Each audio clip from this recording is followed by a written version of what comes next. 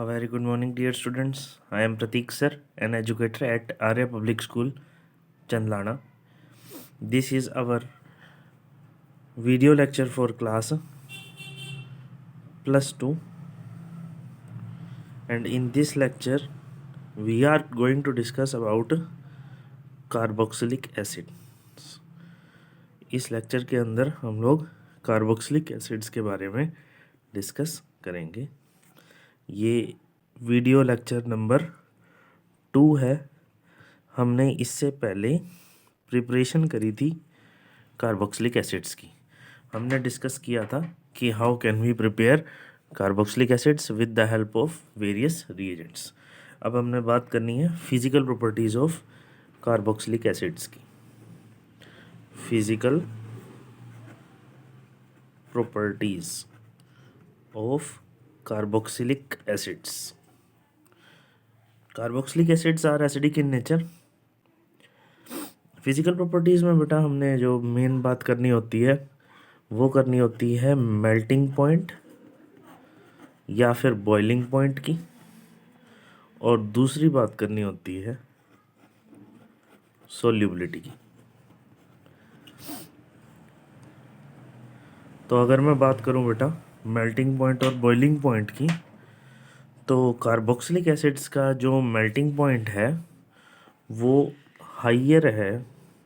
Means जो boiling point है वो हाई है as compare to alcohols, phenols और other hydrocarbons due to extensive hydrogen bonding, due to extensive intermolecular hydrogen bonding.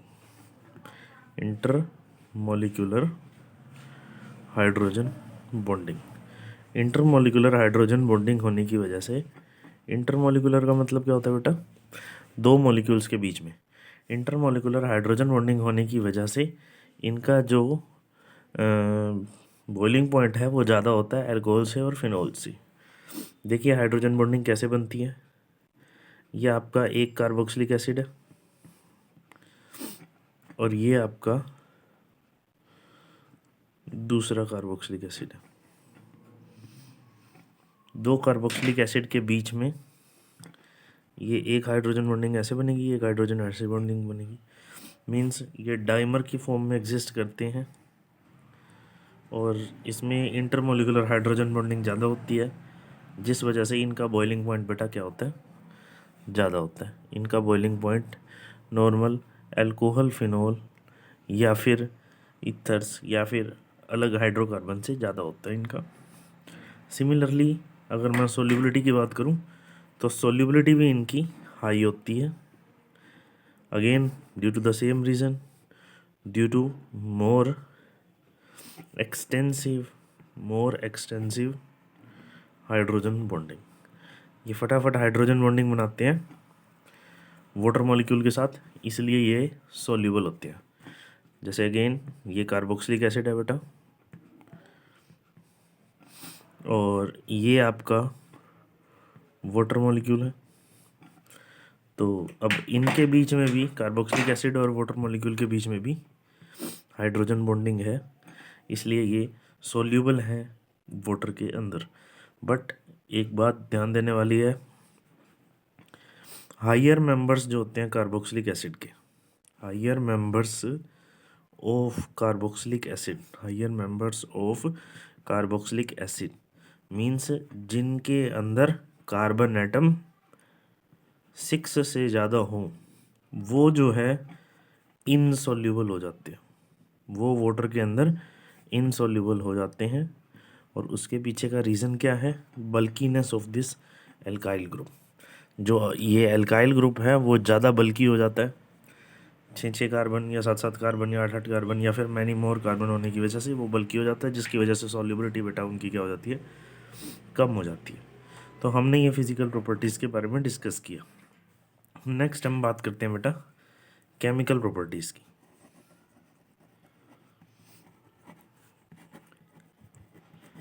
Chemical properties के अंदर हमने जो डिस्कस करना है वो करना है, तो हमने बात करनी है बेटा एसिडिक प्रॉपर्टीज़ की,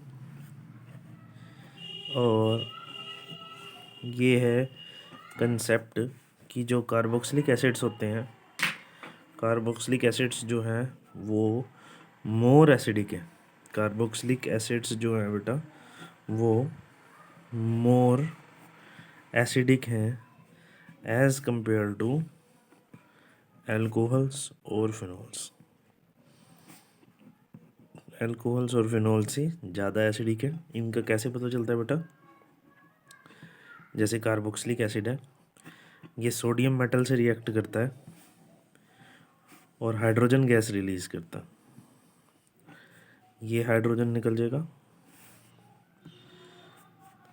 RCOO negative Na positive, sodium carboxylate. Sodium carboxylate, sodium carboxylate plus में हाइड्रोजन गैस रिलीज करी। तो इससे ये क्लियर होता है कि जो कार्बोक्सिलिक एसिड है वो क्या है? एसिडिक है, वो है एसिडिक। सिमिलरली ये इतने ज़्यादा एसिडिक होते हैं कि वीक बेस से भी रिएक्ट कर जाते हैं। फॉर एग्जांपल RCOH जो है NaHCO3 यानी कि सोडियम बाइकार्बोनेट, सोडियम बाइकार्बोनेट से भी रिएक्ट कर देगा और RCO नेगेटिव Na पॉजिटिव तो बनाएगा ही बनाएगा, साथ में H2O प्लस में CO3 भी बनाता है, क्योंकि यहाँ से H जाएगा और यहाँ से HCO3 जाएगा, H2CO3 बाहर निकलेगा, H2CO3 जो है वो बाहर निकल रहा है और H2CO3 जो है फर्दर अनस्टेबल होता है, डीकम्पोज हो जाता है H2O प्लस में CO2 में। H2O प्लस में CO2 में जो है ये डीकम्पोज हो जाएगा। So carboxylic acids are acidic and even more acidic than alcohols and phenols. So what makes carboxylic acid acidic?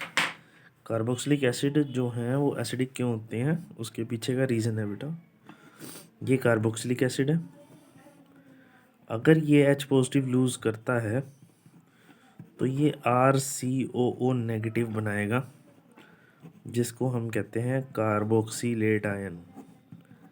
Carboxylate ion, ये जो बेटा कार्बोक्सिलेट आयन होता है ये ज़्यादा स्टेबल है रेजोनेंस की वजह से, ये मोर स्टेबल है ड्यू टू रेजोनेंस।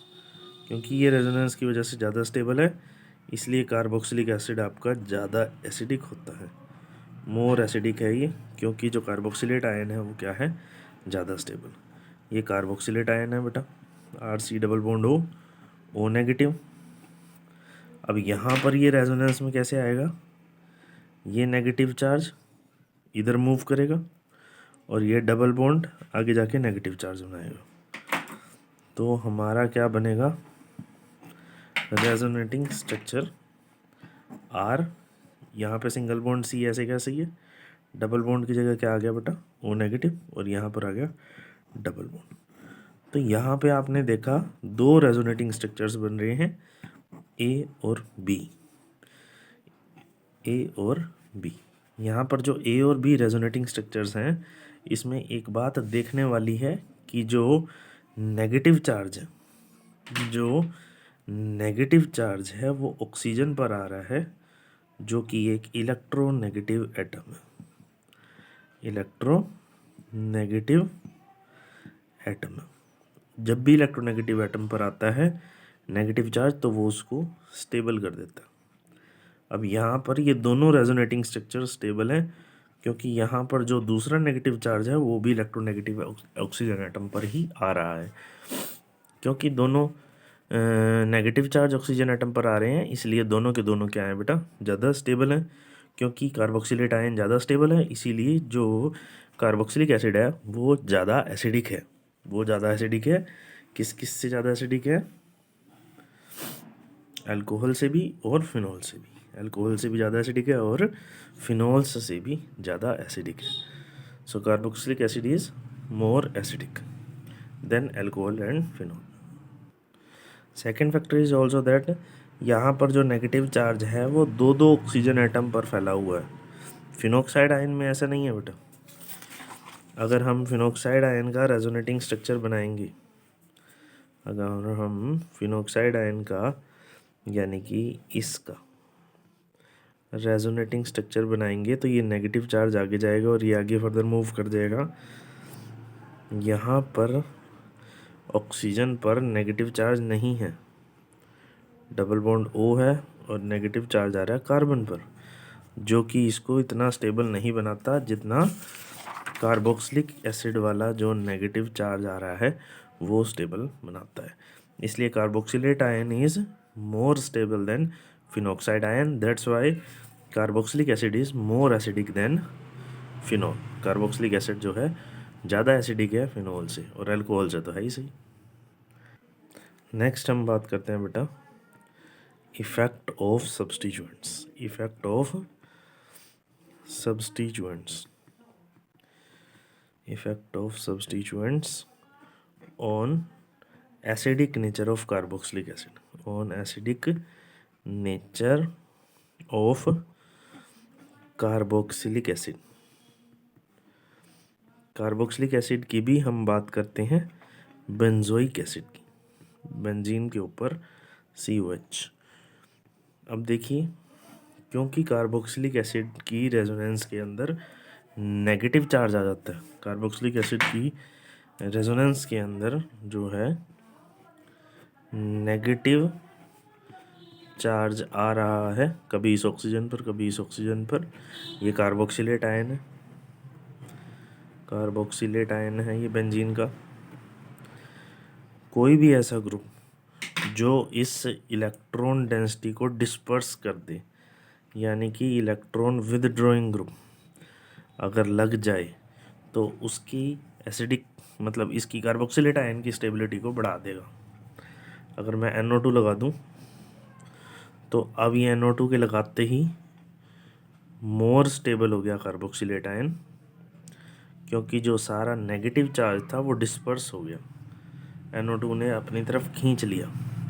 डिस्पर्स होने की वजह से ये कार्बोक्सिलेट आयन जो नाइट्रो वाला है वो ज़्यादा स्टेबल है, जिसकी वजह से नाइट्रो कार्बोक्सिलिक एसिड क्या हो जाएगा, ज़्यादा स्टेबल। नाइट्रो कार्बोक्सिलिक एसिड क्या हो जाएगा, ज़्यादा स्टेबल, ज़्यादा एसिडिक। सो अगर मैं बात करूँ बेंजोइक एसिड की, बेंजोइक एसिड की, और मैं बात करूँ पैरा नाइट्रो बेंजोइक एसिड की, या मैं बात करूँ पैरा मिथॉक्सी बेंजोइक एसिड की, para methoxy benzoic acid, benzoic acid and para nitro benzoic acid. इसके अंदर क्या होता है बेटा, पैरा मिथॉक्सी में OCH3 ग्रुप है, OCH3 ग्रुप है जो कि इलेक्ट्रॉन रिलीज करता है, और पैरा नाइट्रो बेंजोइक एसिड में पैरा नाइट्रो बेंजोइक एसिड में हमारे पास इलेक्ट्रॉन विदड्रॉइंग ग्रुप है जो कि इलेक्ट्रॉन डेंसिटी को डिक्रीज करेगा। तो हमारा जो है, अगर पैरामिथॉक्सी बेंजोइक एसिड को A मानूं, बेंजोइक एसिड को B मानूं और पैरा नाइट्रो बेंजोइक एसिड को C मानूं, तो पैरा नाइट्रो बेंजोइक एसिड सबसे ज़्यादा एसिडिक है as compare to benzoic acid, और पैरा मिथॉक्सी बेंजोइक एसिड सबसे कम एसिडिक है, क्योंकि मिथॉक्सी ग्रुप और ज़्यादा इलेक्ट्रॉन की डेंसिटी को इंटेंसिफाई कर रहा है और कार्बोक्सिलेट आयन को अनस्टेबल कर रहा है। इसी के बाद हम कुछ रिएक्शंस करते हैं कार्बोक्सिलिक एसिड की। Reactions of carboxylic acid, reactions of carboxylic acid. हमारे पास ये है RC डबल बॉन्ड OH। कुछ रिएक्शंस होती हैं कार्बोक्सिलिक एसिड की जो ये OH बॉन्ड ब्रेक करवाती हैं, कुछ रिएक्शंस हैं जो CO बॉन्ड ब्रेक करवाती हैं, कुछ रिएक्शंस हैं जो CO2 की रिएक्शंस हैं। इसमें जो कार्बोक्सिल ग्रुप है उसकी रिएक्शंस है और कुछ रिएक्शंस हैं आर की। तो सबसे पहले हमने बात करनी है cleavage of O H bond, cleavage of O H bond, O H bond की क्लीवेज की बात करनी है। तो सबसे पहले cleavage of O H bond के अंदर हमारी जो रिएक्शन आती है वो आती है एस्टेरिफिकेशन रिएक्शन, जो हम पहले भी कर चुके हैं, मैकेनिज्म हम पहले कर चुके हैं इसका।